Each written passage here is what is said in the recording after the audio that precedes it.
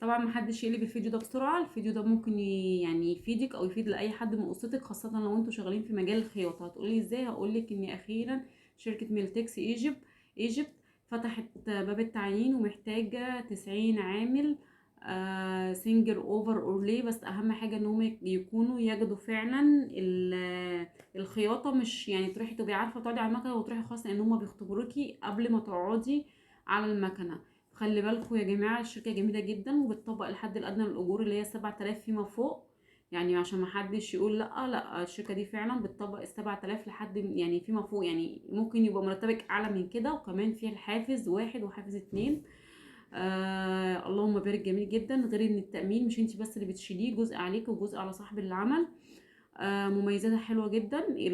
كمان ان اليوم الاضافي اللي انت بتروحيه ما بيتحسبش بس على الاساسي، لا بيتحسب على الشامل يا جماعة. يعني بتلاقي اليوم رايح في حتة تانية.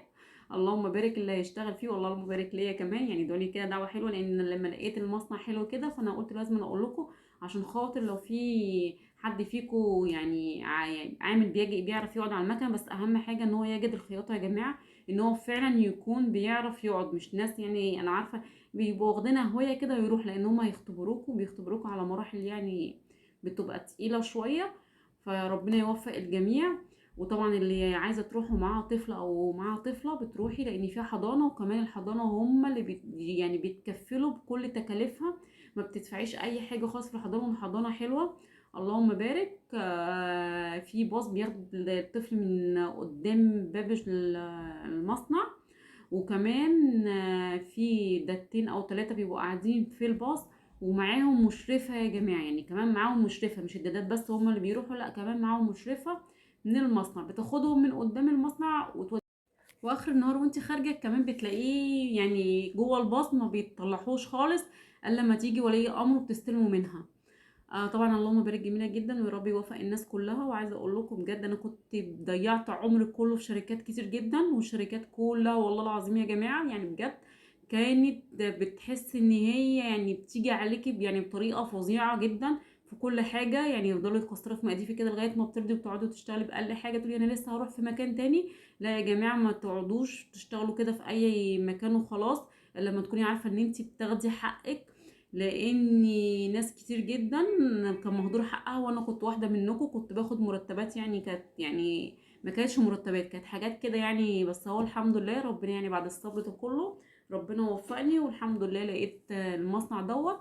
فانتوا يا ريت بقى اللي عايز يروح بقى اللي عايز يروح المصنع. العنوان بقى 6 اكتوبر، هتركبوا 6 اكتوبر هتنزلوا السادس، هتعدوا في كوبري المشاة هناك، هتقولوا تسألوا على مصنع فلورا القديم. هناك مصنع ملتكس يا جماعة. انتوا اول ما تقولوا فلورا القديم هيقولك مصنع الملابس اللي فتح اللي هو ملتكس، هتقول لهم هتروحوا هناك. خلي بالكم المقابلة المقابلة بتبقى من الساعة 8 الصبح لغاية ممكن الساعة 1 او الساعة 2، عشان خاطر احنا بنمشي من هناك الساعة 4:30 يا جماعة. الساعة 4:30 المصنع بيكون ماشي، وجمعة وسبت اجازة. ولو رحت يوم زي ما انا قلت لكم اليوم بيتحسب بيومين، ولو سهرتوا السهرة بتاعتكم طبعا بيبقى ليها اضافي. بس ما بتبقاش على الشامل تقريبا، بتبقى على ما بتبقاش على الشامل زي اليوم الاجازة بيبقى بيوم بيومين. لا بيبقى تقريبا بتبقى 50% تقريبا، بيبقى الساعة بساعة ونص تقريبا، الساعة تقريبا بنص ساعة. الساعة بساعة ونص تقريبا، لان انا ما سهرتش، لان انا مش هينفع اسهر عشان معايا اطفال. وكمان ما بيجبروش حد، لا بالعكس، ده العمالة هي اللي بتروح بتحايل عليهم عشان خاطر يسهروا ويقعدوا، لان كمان بياخدوا حاجة اسمها بدل وجبة، بتبقى تقريبا عبارة عن 40 جنيه.